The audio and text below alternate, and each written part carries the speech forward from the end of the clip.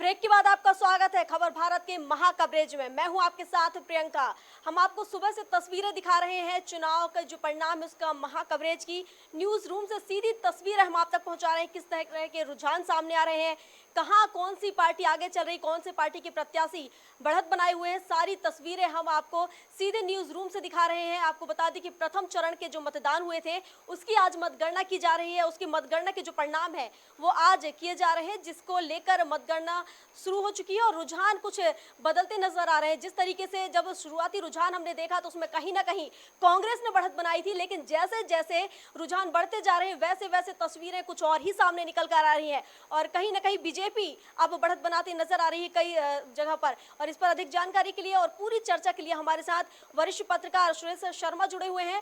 सुरेश शर्मा जी, बहुत स्वागत है आपका खबर भारत में। नमस्कार। क्या आप मेरी आवाज सुन पा रहे हैं सुरेश जी? बिल्कुल आ रही है, आ रही है आपकी आवाज।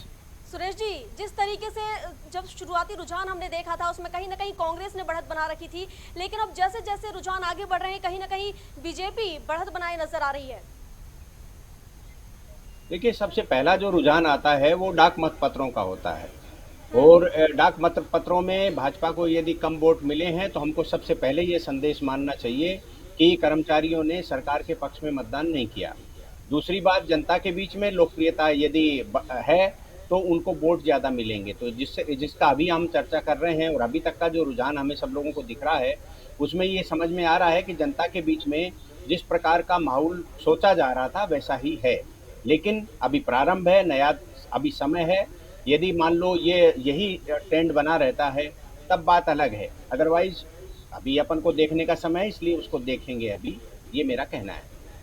बिल्कुल, अगर जैसे कि 16 नगर निकाय है उसमें ये मतगणना की जा रही है कहीं ना कहीं, तो अगर पूरे और ऑल ओवर हम बात करें मध्य प्रदेश की, तो प्रदेश में किस तरह का रुझान नजर आ रहा है 11 नगर निकाय? देखिए, अभी तक जो मेरी जानकारी में आ रहा है उसमें 11 जो निकाय के परिणाम आ रहे हैं उसमें 3 में कांग्रेस आगे चल रही है, एक में जो है आम आदमी पार्टी सिंगरौली में आगे चल रही है और बाकी पर भाजपा आगे चल रही है। यानी कि ये कह सकते हैं कि 7 पर भाजपा, 3 पर कांग्रेस और 1 पर जो है आम आदमी पार्टी।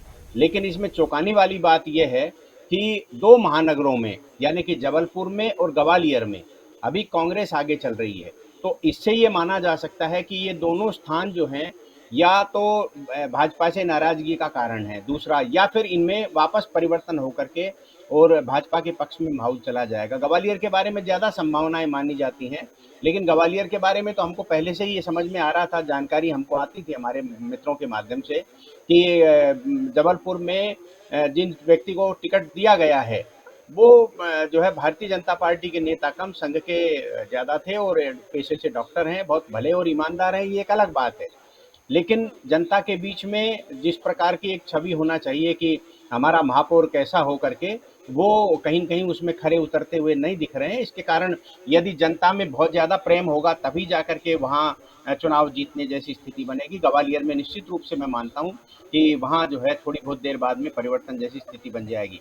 तो कांग्रेस को जहाँ से आगे बढ़ना चाहिए था उसके विपरीत दिशा में यदि वो आगे बढ़ रही है तो ये माना जा सकता है कि ये कोई बड़ा उलटफेर भी हो सकता है और नहीं भी हो सकता। नहीं इसलिए हो सकता क्योंकि आने वाले समय में जो बाकी के राउंड्स होंगे उस राउंड में कहीं परिवर्तन की संभावना देखी जा सकती है। हम्म, बिल्कुल। अगर हम चुनाव से पहले की बात करें तो जिस तरीके से दोनों ही पार्टियों के जो दिग्गज थे मैदान में उतरे हुए थे, कहीं ना कहीं अगर हम भाजपा की तरफ से देखें तो सीएम शिवराज ने पूरा मैदान संभाल रखा था, तो वहीं कमलनाथ ने भी कोई कसर नहीं छोड़ी थी। लगातार वो जोर शोर से प्रचार करते नजर आ रहे थे। किस तरह के पसीने बहाने पड़े उन लोगों के इस चुनाव के लिए?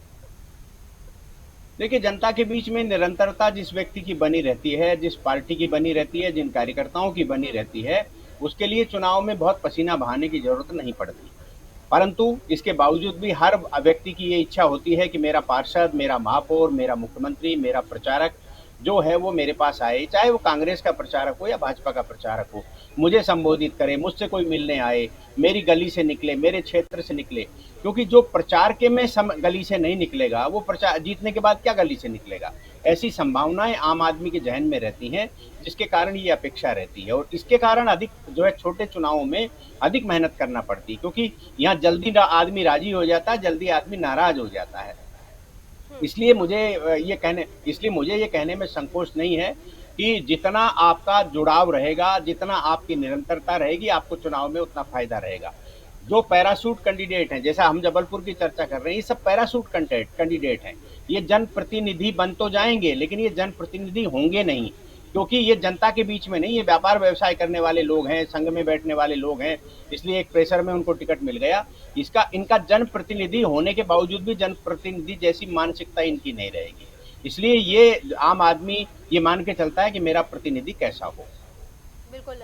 आप बने रहिए सुरेश जी हमारे साथ, तब तक हम बीच बीच में दर्शकों को भी बताते जाते हैं कि क्या कुछ रुझान आ रहे हैं, कहां से कौन से प्रत्याशी आगे चल रहे हैं, कितने सीटों पर बीजेपी आगे चल रही है और कितने सीटों पर कांग्रेस आगे चल रही है। और इसी के साथ ही अगर हम अन्य की बात करें तो अन्य जो पार्टियां हैं वो किस सीटों पर आगे चल रही है। चलिए हम आपको सीधे भोपाल ले चलते हैं, जहाँ पर कांटे की टक्कर देखी जा रही है मालती राय और विभा पटेल के बीच।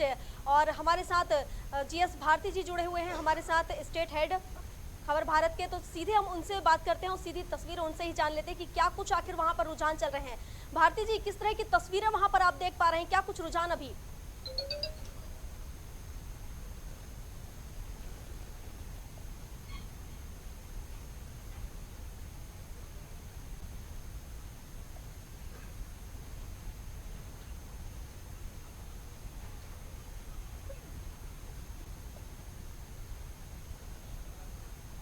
चलिए, वरिष्ठ पत्रकार भी हमारे साथ जुड़े हुए हैं, सुरेश शर्मा जी। सुरेश जी, कैसे देखते हैं आप जिस तरीके से लगातार बढ़त बनी हुई है, क्या लगता है आपको कि कौन सी पार्टी आगे बढ़त बना पाएगी, कौन सी पार्टी जीत हासिल कर पाएगी और किसको करना पड़ेगा आखिर हार का सामना? देखिए, जिस प्रकार के इस समय रुझान दिखाई दे रहे हैं, उसके अंदर पार्षदों की संख्या बीजेपी की ज़्यादा रहेगी, लेकिन कांग्रेस को कमज़ोर नहीं आंका जा सकता। 16 में से एक भी नहीं थी, अभी वो 3 पर बढ़त बनाए हुए है। भोपाल तो ठीक है, समझ में आता है, क्योंकि यहाँ भी एक प्रकार से बंटवारा जैसा है कि जिन दो दो विधानसभा क्षेत्र मुस्लिम बहुल हैं, वहाँ कांग्रेस जीतेगी, ये पहले से सबको मालूम था। और लेकिन जो मुस्लिम बहुल क्षेत्र नहीं है, उन क्षेत्रों में कांग्रेस कितनी सेंधमारी करेगी, ये सब बातें निर्भर करेंगी।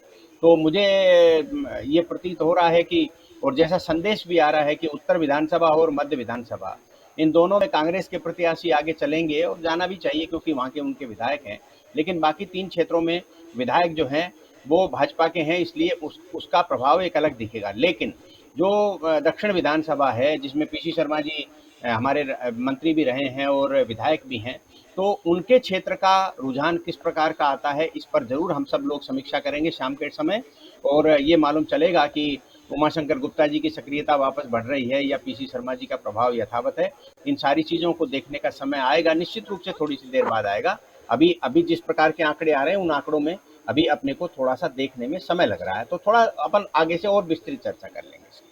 बिल्कुल, ये परिणाम तो साफ हो जाएंगे जैसे जैसे रुझान आते जाएंगे, ये परिणाम भी साफ होते जाएंगे। अगर हम बात करें मंत्रियों की या प्रत्याशियों की या फिर अधिकारियों की, जिस तरीके से आज चुनाव परिणाम आने थे उसको लेकर कहीं ना कहीं लोगों में एक चिंता थी, और उसके चलते कहीं ना कहीं अगर हम देखें तो उन लोगों को चैन की नींद भी नहीं आई होगी। नेचुरली आदमी काम करता है, फिर प्रेशर रहेगा। कमलनाथ जी ने एक धमकी दी है कि मेरा हेलीकॉप्टर खड़ा हुआ है, जहाँ भी गड़बड़ होगी मैं वहाँ एकदम से हेलीकॉप्टर से उड़ के पहुँच जाऊँगा। कि जो मंत्रालय से किसान के खेत तक नहीं गए, वो हेलीकॉप्टर से मतगणना केंद्र तक चले जाएंगे, ये तो कमलनाथ जी कर सकते हैं। लेकिन मैं इस बीच में आपको एक जरूर अपडेट दे देता हूँ कि मैंने जैसा उल्लेख किया था कि दक्षिण विधानसभा जो जिसमें पीसी शर्मा जी विधायक हैं, वो क्षेत्र जो है वो निश्चित रूप से उमाशंकर जी के प्रभाव का क्षेत्र माना जाता था। लेकिन अभी जो मुझे अपडेट दिख रहा है, उस अपडेट के आधार पर ये कह सकते हैं कि वहाँ पीसी शर्मा जी का दबदबा यथावत है, और कांग्रेस की प्रत्याशी को वहाँ से 600 कुछ वोटों की, उनके जो 13 वार्ड हैं, उन 13 वार्डों में जो है उनको बढ़त मिली है, ऐसा मुझे एक प्रकार से संदेश मिला है। नरेला में जरूर 1276 वोटों से वो आगे चल रही हैं, गोविंदपुरा में 770-80 लगभग वोटों। लेकिन कांग्रेस जो है वो तीनों जगह अच्छी चल रही। दक्षिण के जो 12 वार्ड हैं उसमें से 498 वोटों से कांग्रेस आगे है। जो ये जरूर कहा जा सकता है कि ये जो क्षेत्र हैं, जो जहाँ से कांग्रेस के विधायक हैं, वहाँ उन्होंने अपनी गतिविधियों को बराबर रखा है। लेकिन अब चूंकि चुनाव परिणाम जितनी देर बाद आएंगे तो अपन उसके बाद अनुमान लगा सकते हैं। अगर हम भोपाल के महापौर की बात करें, जैसे कि हम देख पा रहे हैं कि करीब जो मालती राय है बीजेपी प्रत्याशी करीब 6000 वोटों से आगे चल रही हैं और जो विभा पटेल है कहीं ना कहीं पीछे नजर आ रही हैं। तो अगर हम इस को देखते चलें कि मालती राय जिस तरीके से आगे चल रही हैं तो क्या कहना है किस तरह के रुझान आगे देखने को मिलेंगे? हालांकि अभी समय 2 से ज़्यादा हो रहा है लेकिन कुछ भी हो सकता है आगे चल के। नहीं, एक बात ज़रूर जो हम सब लोग चर्चा करते रहे हैं, चूँकि आपस में पत्रकार हम सब लोग आपस में जी। समीक्षा करते हैं, बातचीत करते हैं, उसमें एक बात थी कि जो पिछली बार का जो महापौर के रूप में विभा पटेल जी का जीत का जो कारण था, वो अलग था और अब बहुत अंतर है उसमें। तो क्या अंतर है, जैसा मैंने स्पष्ट किया है, मैं आपको भी आपके यहाँ चैनल पर भी स्पष्ट करता हूँ कि उनका पहले व्यापारिक क्षेत्र में बड़ा दबदबा था। उनके परिवार की दुकान हनुमानगंज में हुआ करती थी, तो जो Silence! Please wait for जो भाजपा का जो वोटर होता है, व्यापारी जिसको माना जाता है, भाजपा का वोटर माना जाता है, उसने बाजार में उनका परिवार होने के कारण उन्हें वोट दिया था। इस बार ऐसी कोई संभावना नहीं है। एक बात तो हम लोग ये समीक्षा के रूप में मान के चलते थे। दूसरा, हम ये मान के चलते थे कि जब विभा पटेल जी भोपाल की महापौर थी, उस समय कोलार जो क्षेत्र है वो नगर निगम का हिस्सा नहीं था। इसलिए नगर निगम में ये जो 1.5 लाख वोटों का अंतर है, इस वोटों का कहाँ से वो उनका मुकाबला करेंगे, कैसे पाट पाएंगी वो। क्योंकि मैं देख रहा हूँ कि कुछ वार्ड ऐसे हैं जिन वार्डों में इनको वोट ही नहीं मिलते। जैसे मैं अब आप देखिए, आप भी अपने यहाँ उसको एनालिसिस को देखिए कि जो 80 से 85 वाले वार्ड हैं, इन वार्डों में कांग्रेस के वोट और बीजेपी के वोट के अंतर को देखिए आप। तो बड़ा अंतर है। बीजेपी कांग्रेस को तो सैकड़ों की संख्या तक वोट नहीं पहुंचे हैं और वहां हजारों तक जा रहे हैं। तो ये बड़ा अंतर है। जो ये क्षेत्र जब मिला है नगर निगम में, कोलार वाला विशेष रूप से, तो इस वोट का मुकाबला कांग्रेस के पास करने का कोई तोड़ नहीं था। तब मैंने ये कहा था, या मेरे जैसे अनेकों मित्रों ने कहा था, कि विभाजी की जो प्रतिष्ठा थी या परिवार की जो एक साख है, उसके बावजूद भी बीजेपी की सेंधमारी ज्यादा हो जाएगी। मैं यहाँ ये कहना भी उचित समझता हूँ कि बीजेपी जब मालती राय जी को प्रत्याशी बना रही थी, तब उसको भी संशय था कि वो इतना प्रभावशाली हो पाएंगी या नहीं हो पाएंगी। लेकिन इस प्रकार के गणित और समीकरण, और विशेष रूप से 3 विधायकों का, क्योंकि गोविंदपुरा में बाबूलाल गौर परिवार का एक बड़ा प्रभाव है, दबदबा है या और संपर्क है। इसी प्रकार से रामेश्वर शर्मा जी का हुजूर विधानसभा में, चाहे हम बैरागढ़ वाला बेल्ट देख ले, चाहे हुजूर वाला बेल्ट देख ले, बड़ा प्रभाव है। और इसी प्रकार से जो अपना दक्षिण वाला है, उसमें भी एक अच्छा हो सकता है। तो कुल मिलाकर के ये कहा जा सकता है कि भाजपा की संभावना ज्यादा थी। ये अनुमान हमारा पहले से था। हम आज आपकी परिणाम को देख करके कह रहे हैं, ऐसा नहीं है। ये हमारा पहले से ध्यान था। इसलिए ये माना जा सकता है कि जो भोपाल के महापौर की दृष्टि से जो परिणाम आ रहे हैं, वो अप्रत्याशित नहीं है, प्रत्याशित थे, पहले से ही सोचे समझे हम सब लोगों के ध्यान में था। हाँ, सुरेश जी, मंत्री जगदीश देवड़ा का भी एक बयान सामने आया है जिसमें उन्होंने कहा है कि जीत भाजपा की होगी और जो विश्वास है जनता का वो भाजपा पर है और आगे विकास भी भाजपा करेगी। कई बार ये होता है, ये बातें, कि देखिए नेता तो बयान देते हैं, उनको तो बयान देना ही है। और कोई भी भाजपा का नेता हो या कांग्रेस का नेता हो, ये तो कह नहीं सकता कि हमारे यहाँ विश्वास नहीं है या हमको लोग, क्योंकि कांग्रेस हार रही है उसके बावजूद भी ये कहेगी, और कांग्रेस जीत रही है तब भी वो यही कहेगी कि हमारी प्रति विश्वास था। तो नेताओं के बयान पर मैं बहुत ज्यादा टिप्पणी नहीं करता, लेकिन मैं अपनी बात जरूर कहूंगा कि आज आपको ये देखना पड़ेगा कि हम जिस व्यक्ति को पार्षद बना रहे हैं, आफ्टर ऑल वो पार्षद आगे जाके करेगा क्या, किसके साथ मिलकर के करेगा? क्या मध्य प्रदेश के मुख्यमंत्री से मिलकर करेगा? क्या केंद्र सरकार के मंत्रियों प्रधानमंत्री से मिलकर के करेगा? क्योंकि देश की जो पॉलिटिक्स है, उसको हमें ये मान करके समझना पड़ेगा कि जो मुस्लिम आधारित राजनीति थी, उसका दौर जा रहा है धीरे धीरे। और जब हम ये देख रहे हैं कि उसका दौर जा रहा है और एक राष्ट्रवाद की राजनीति का दौर आ रहा है, तो आ रहा है, उसको कुछ समय लगेगा। हमें कई बार ये लगता है कि हम जो चीज नहीं देख पा रहे थे, अब हम एकदम से सूखे सूखे में रहे और हमें कोई हरियाली में ला करके खड़ा कर दे, तो लोग कहेंगे अरे यार, ये तो दिशा बदल गई, ये क्या हो गया। तो अब ये एक परिवर्तन है। हमने आज तक जो भी खबरें देखी हैं, जिस प्रकार की पॉलिटिकल भाषाएं देखी हैं, वो में बड़ा चेंज हो रहा है। और आने वाले ये चेंज जो है, हमारी आंखों को कब से अच्छा लगने लगेगा, इसकी हम जरूर समय की प्रतीक्षा कर सकते हैं। अदरवाइज देश की पॉलिटिक्स में एक बहुत बड़ा बदलाव आया है, एक वैचारिक परिवर्तन आया है, एक जो है हमारा ये कह सकते हैं सांस्कृतिक परिवर्तन आया है, जिसको हमें महसूस करना पड़ेगा। और जितना जल्दी अन्य लोग भी इसको समझ लेंगे, मुझे लगता है वो ज्यादा बेहतर होगा। चलिए, आप हमारे साथ बने रहिए। हमारे साथ कांग्रेस प्रवक्ता बने हुए हैं सिद्धार्थ रजावत, जिनसे हम चर्चा कर लेते हैं। सिद्धार्थ जी, खबर भारत में बहुत स्वागत आपका। जी सिद्धार्थ जी, जिस तरीके से कांग्रेस शुरुआत में आगे चल रही थी और अब कहीं ना कहीं पिछड़ती नजर आ रही है, क्या कहेंगे आप? आपकी आवाज नहीं आई है, पुनः एक बार फिर बताएं। सिद्धार्थ जी, मेरा क्वेश्चन ये था कि जिस तरीके से हमने शुरुआत में देखा, जैसे जैसे जब शुरुआत की गई मतगणना की, तो कहीं ना कहीं हमने देखा था कि कांग्रेस बढ़त बनाई हुई थी, लेकिन जैसे जैसे रुझान आते जा रहे हैं तो कहीं ना कहीं कांग्रेस पिछड़ती जा रही है। क्या बोलेंगे आप, क्या कुछ प्रतिक्रियाएं आपकी इसको लेकर?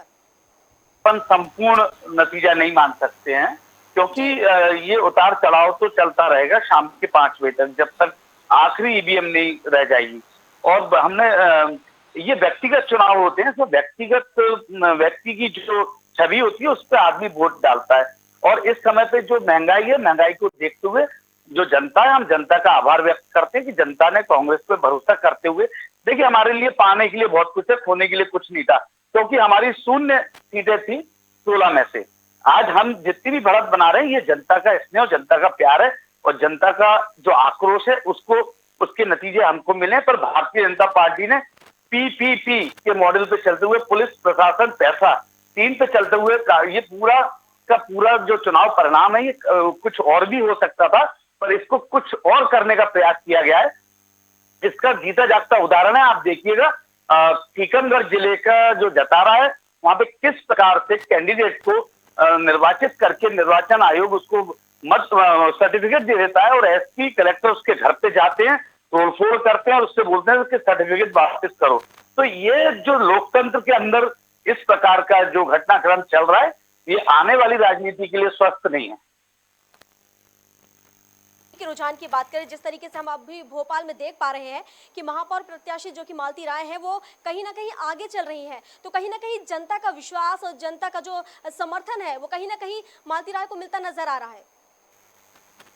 देखिए, भारतीय जनता पार्टी ने जिस मॉड्यूलर पे काम किया था जी, मैंने आपको बताया, पुलिस पैसा प्रशासन किस प्रकार से 3 घंटे तक बत्तियां गुल रही, ये भी एक कारण बहुत बड़ा रहा है। इसको भी कहीं ना कहीं जांच का विषय बनना चाहिए। चुनाव आयोग पे बाकायदा हमारे प्रत्याशी के जो देवर हैं, हमारे पूर्व अध्यक्ष भी रहे, पूर्व मंत्री रहे राजकुमार पटेल जी, उन्होंने इस पे आपत्ति दर्ज कराते हुए और उस पे लिखित चुनाव आयोग को एक आवेदन भी दिया था। तो कई जगह पे ऐसी हुई है जहाँ पे बहुत धांधली और फेर बदल किए गए हैं। कई इसके मायने निकाले जा सकते हैं। भारतीय जनता पार्टी की खिसियात, भारतीय जनता पार्टी की हार, और उन लोगों ने पहले ही देख ली थी आईने के अंदर, उसके चलते हुए देखिए ये जो चुनाव है, ये बड़ा निर्णायक चुनाव है, क्योंकि इस चुनाव का रास्ता 23, इसी रास्ते से होते हुए हम 23 में प्रवेश करेंगे। 23 का जो विधानसभा का चुनाव है, अगर इस चुनाव में बीडी शर्मा और हमारे मुख्यमंत्री श्री शिवराज सिंह चौहान जी अगर अपना रिपोर्ट कार्ड ढंग से पेश नहीं कर पाए, तो इनको तुरंत केंद्र की तरफ से कुछ ना कुछ बड़ा फेरबदल होगा। ये वो जानते हैं। इसी चक्कर में पुलिस प्रशासन पैसा तीनों का प्रयोग किया गया है, उन्होंने अपना राजनीतिक अस्तित्व बचाने के लिए। देखिए, एक बयान कल पूर्व जो मुख्यमंत्री दिग्विजय सिंह उनका सामने आया था, उन्होंने कहा था कि मतगणना के दौरान कुछ गड़बड़ी हो सकती है। इसको लेकर उन्होंने कहा था कि हेलीकॉप्टर तैयार है, लेकिन वहीं अगर बात करें तो इसको लेकर पलटवार भी सामने आया है, जिसमें ये कहा गया है कि जो हेलीकॉप्टर है वो धरे के धरे रह जाएंगे, जरूरत नहीं पड़ेगी इसकी। देखिए, परिणाम आ रहे हैं तो बहुत कुछ कांग्रेस के फेवर में आ रहे हैं। आप ये देखिए कि हम कितने अंतर से हमारे पार्षद जीत रहे हैं। जहाँ पे 27 हैं, 27 में से हम कई जगह 18, कई जगह 20, कई जगह 25। आप शिवपुरी में देखिए, जो कि गढ़ माना जाता है सिंधिया का। आप गुना में देखिए, हम कई जगहों पे है ना बहुत अच्छा मार्जिन लेके हमारे पार्षद जीतते चले आ रहे हैं, पर कई जगह ऐसा है कि हमारे महापौर पीछे चल रहे हैं। पर आप देखिएगा, बिल्कुल नेक टू नेक फाइट है, और शाम तक कुछ भी ऊंट किसी भी करवट बैठ सकता है। शुक्रिया आपका। और हम बता दें कि जिस तरीके से लगातार बढ़त बनाए हुए कांग्रेस प्रत्याशी शहनाज अंसारी हार चुकी है, बुरहानपुर में एक बार फिर जो बीजेपी है वो जीत दर्ज करती नजर आ रही है, और वहां पर जो मेयर प्रत्याशी हैं वो बन चुकी हैं। और ये ताज़ा अपडेट हम आपको बता रहे हैं। हालांकि ये महापौर की दौड़ है, किसके सर सरताज होगा, कौन किसे मालाओं का हार पहना जाएगा, ये तो जनता ही बताएगी कि क्या कुछ विकास है जिसके नाम पर वो आज चुनेगी। हालांकि ये जनता के हाथ में फैसला है कि आखिर वो किसको महापौर बनाना चाहती है। रुझान आते जा रहे हैं, कहीं ना कहीं हम भोपाल की बात कर रहे थे, मालती राय आगे चल रही है। और वही अगर हम बात कर रहे हैं जबलपुर में, तो जबलपुर में भी बढ़त बनाए हुए है बीजेपी। वहीं सिद्धार्थ कुशवाहा महापौर प्रत्याशी हैं और बुरहानपुर में बीजेपी ने जीत हासिल कर ली है। बीजेपी प्रत्याशी माधुरी पटेल जीत चुकी हैं और इस पर हमारे साथ लगातार बने हुए हैं सुरेश शर्मा, जो कि वरिष्ठ पत्रकार हैं। सुरेश जी, बुरहानपुर में बीजेपी की फिर एक बार बढ़त देखी गई है, जहां पर जीत हासिल की है। बुरहानपुर की जीत का अपना एक संदेश रहता है, क्योंकि बुरहानपुर ऐसा क्षेत्र है जहां बड़ी संख्या में समुदाय विशेष के लोग रहते हैं। तो यदि मान लो वहां से परिणाम आया है, क्योंकि मेरे पास, क्योंकि मैं आपके साथ बैठा हूं, इसकी मुझे पूरी सूचना नहीं है, आप जो कह रहे हैं मैं उसी को ही मान रहा हूं। तो उसके आधार पर यदि बुरहानपुर में बीजेपी की जीत की शुरुआत होती है तो ये एक पॉजिटिव संकेत है बीजेपी के लिए, क्योंकि ये देखा जा रहा था कि सिंगरौली और छिंदवाड़ा और बुरहानपुर, ये 3 क्षेत्र ऐसे हैं जिन क्षेत्रों में कांग्रेस की बढ़त हो सकती है। यहाँ जब कांग्रेस की हार का संदेश आया है, छिंदवाड़ा में अभी कांग्रेस आगे चल रही है क्या, इसकी जानकारी अभी आप ही बताएंगे कि क्या है वहाँ पोजीशन। लेकिन सिंगरौली में आम आदमी पार्टी ने कांग्रेस का जो परचम था उसको छीन लिया है, मुझे ऐसा लग रहा है। देखते हैं परिणाम क्या आते हैं। जबलपुर का आप कह रहे हैं कि कांग्रेस पीछे हो गई, तो ये तो बड़ी खबर है। तो ऐसी स्थिति में हम आगे आने वाले परिणामों के बारे में विचार करेंगे, क्योंकि अभी जो रुझान है उसमें कांग्रेस तो बदलाव नहीं कर पा रही, लेकिन बीजेपी की तरफ से बदलाव जैसे हमें जबलपुर का सुनने को मिला है, ऐसे बदलाव हमें सुनाई दे रहे हैं। तो ये एक अलग आने वाले समय की पॉलिटिक्स के बारे में कह रहे हैं। लेकिन इतना जरूर मैं कह सकता हूं कि जब हम सेमीफाइनल के रूप में इसे देख रहे थे और हम ये मान के चल रहे हैं, सब लोग समीक्षा करते समय ये सोच रहे थे कि ये सेमीफाइनल है, तो इस सेमीफाइनल में भाजपा को कोई बड़ा नुकसान होता हुआ दिखाई नहीं दे रहा, क्योंकि कांग्रेस जो है सरकार में थी मध्य प्रदेश में थोड़े दिन पहले तक, तो उसको एकदम से मक्खी की तरह निकाल के फेंक दें, समीक्षक भी फेंक दें, जनता भी फेंक दे, ऐसा लगता नहीं था। तो ये जो महापौर के मामले में और पार्षदों की संख्या के मामले में कांग्रेस का स्थान है वो थोड़ा कम है, थोड़ा बढ़ना चाहिए था। लोगों की धारणा थी कि भाई इतने विधायकों वाली कांग्रेस जो है वो इतना कमजोर प्रदर्शन क्यों करेगी, उसको ठीक होना चाहिए था, लेकिन ऐसा लग नहीं रहा है। बिल्कुल, जिस तरीके से अगर हम ग्वालियर की बात करें तो ग्वालियर में कहीं ना कहीं अगर हम देखें तो वो बीजेपी का गढ़ है। और अब चूंकि जो सिंधिया थे उनका भी कहीं ना कहीं अगर ग्वालियर से देखें तो जो सिंधिया थे वो कहीं ना कहीं इन प्रत्याशियों के लिए वही डिसाइड करते थे कि कौन सा प्रत्याशी मैदान में उतरेगा। लेकिन अब चूंकि सिंधिया बीजेपी में शामिल हो चुके हैं, लेकिन जब भी सिंधिया ग्वालियर में रहे हैं कहीं ना कहीं उन्हें हार का सामना करना पड़ा, कभी जीत हासिल नहीं की है। चूंकि अब वो बीजेपी में है, लेकिन इसके बाद भी क्या लगता है आपको, जिस तरीके से अभी बढ़त बनाए हुए है बीजेपी वहां पर, तो क्या सिंधिया अब इसमें आ चुके हैं तो क्या उन्हें हार का सामना करना पड़ सकता है? क्योंकि चूंकि आज तक कभी उनके रहते वहां पर सीट हासिल नहीं करी है कांग्रेस ने। नहीं, पर यह भी मानना पड़ेगा कि सिकरवार परिवार का भी अपना एक दबदबा है। उनके जगदीश, हाँ, गजराज सिकरवार जी को मैं जानता हूँ। हम जब कवरेज करने विधानसभा में जाते थे तो वो विधायक होते थे, समाजवादी पृष्ठभूमि के हैं, लेकिन लंबे समय से भाजपा में हैं। उनके बेटे जो अभी विधायक बन करके आए हैं कांग्रेस से, वो भी भाजपा के ही थे और बड़े प्रभावशाली कार्यकर्ता थे, संघ दृष्टि से काफ़ी महत्वपूर्ण माने जाते हैं। इसलिए इस परिवार को अनदेखी करना, मुझे नहीं लगता कि अनदेखी करना, भाजपा को चाहिए था कि सिकरवार परिवार को मनाने की कोशिश करती हो, लेकिन नहीं करी। तो देखते हैं परिणाम शाम तक क्या आते हैं। लेकिन कुल मिलाकर के ये कहा जा सकता है कि ग्वालियर जो है वो संघ पृष्ठभूमि का, मराठा और पृष्ठभूमि का एक शहर है जिनका अपना प्रभाव है, और उसके कारण परिणाम जो है हमें अपेक्षित हैं। ग्वालियर में भाजपा हारती नहीं थी, लेकिन अभी पीछे का हमें संदेश मिला था।